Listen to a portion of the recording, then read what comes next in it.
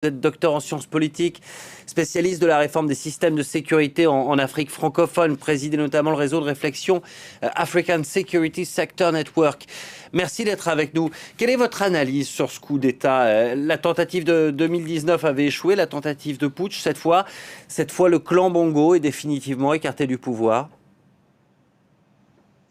Il semble en effet que la remise en cause de cette dynastie est cette fois particulièrement sérieuse.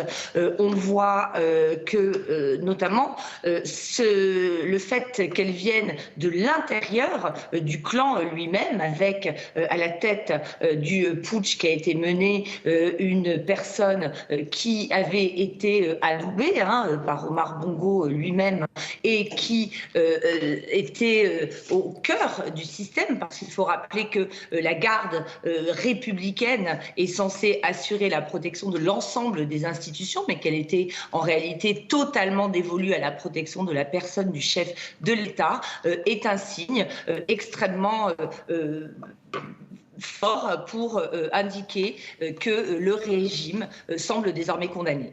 Depuis 24 heures, beaucoup font le parallèle entre ce coup d'État et ceux menés récemment au Niger, au Burkina, au Mali. Est-ce que la comparaison est bonne? La situation au Gabon est tout de même différente que la situation au Sahel.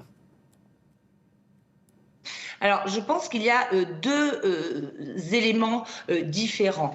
D'une part, il y a bien entendu des contextes nationaux qui sont spécifiques, des contextes régionaux qui le sont également, puisque dans le cas des coups d'État au Sahel, on se situe dans un environnement extrêmement mouvant, extrêmement grave en ce qui concerne le plan sécuritaire, notamment avec la progression de la menace djihadiste, ce qui ne concerne absolument pas le Gabon lui-même, qui est plutôt dans un environnement stable.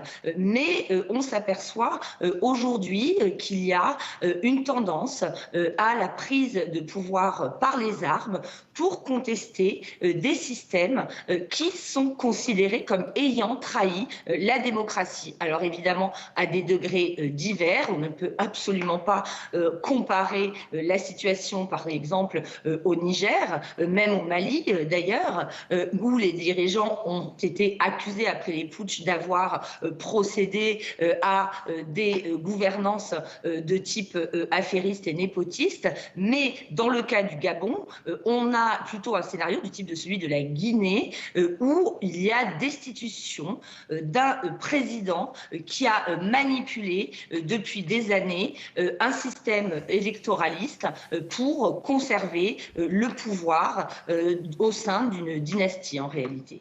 Quid de l'ancienne puissance coloniale? Paris marche sur des œufs en ce moment. Après avoir condamné le putsch au Niger, justement, elle ne peut que condamner celui-ci, même si précisément la situation est différente et Paris est plutôt embarrassé.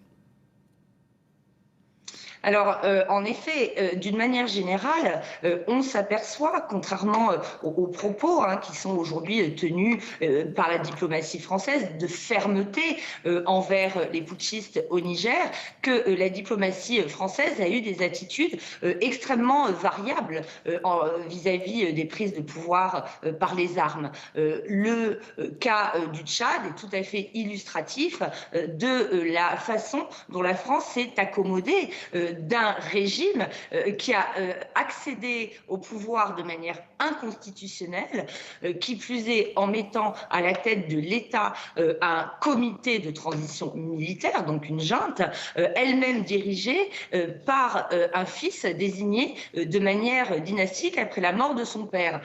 On peut aussi se souvenir que jusqu'au deuxième coup d'État, le fameux coup d'État, dans le coup d'État dont avait parlé Emmanuel Macron en 2021, la posture de la France était plutôt assez indulgente envers les putschistes au Mali.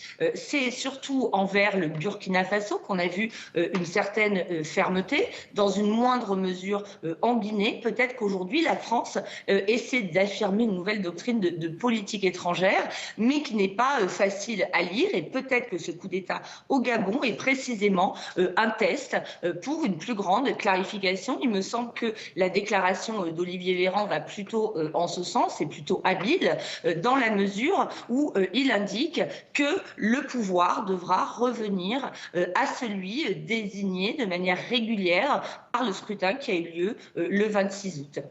Une dernière question avant de se quitter. Dans un pays qui a été contrôlé par la même famille pendant plus de 55 ans, est-ce que le Gabon a les ressources politiques pour renouveler ses institutions ?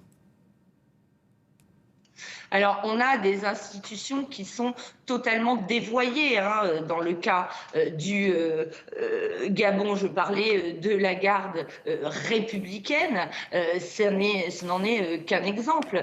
On sait très bien que les commissions mises en place successivement pour valider les élections, on l'a vu de nouveau, sont totalement au pas, mises aux ordres.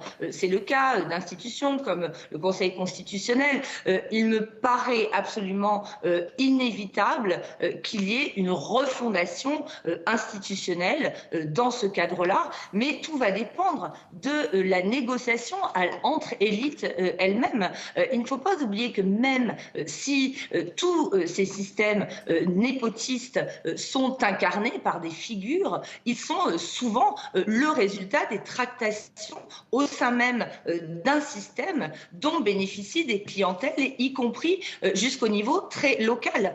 Donc c'est un défi extrêmement difficile à relever, très souvent, que de modifier les relations institutionnelles et le cadre dans lequel s'effectue la gouvernance dans des pays tels que le Gabon.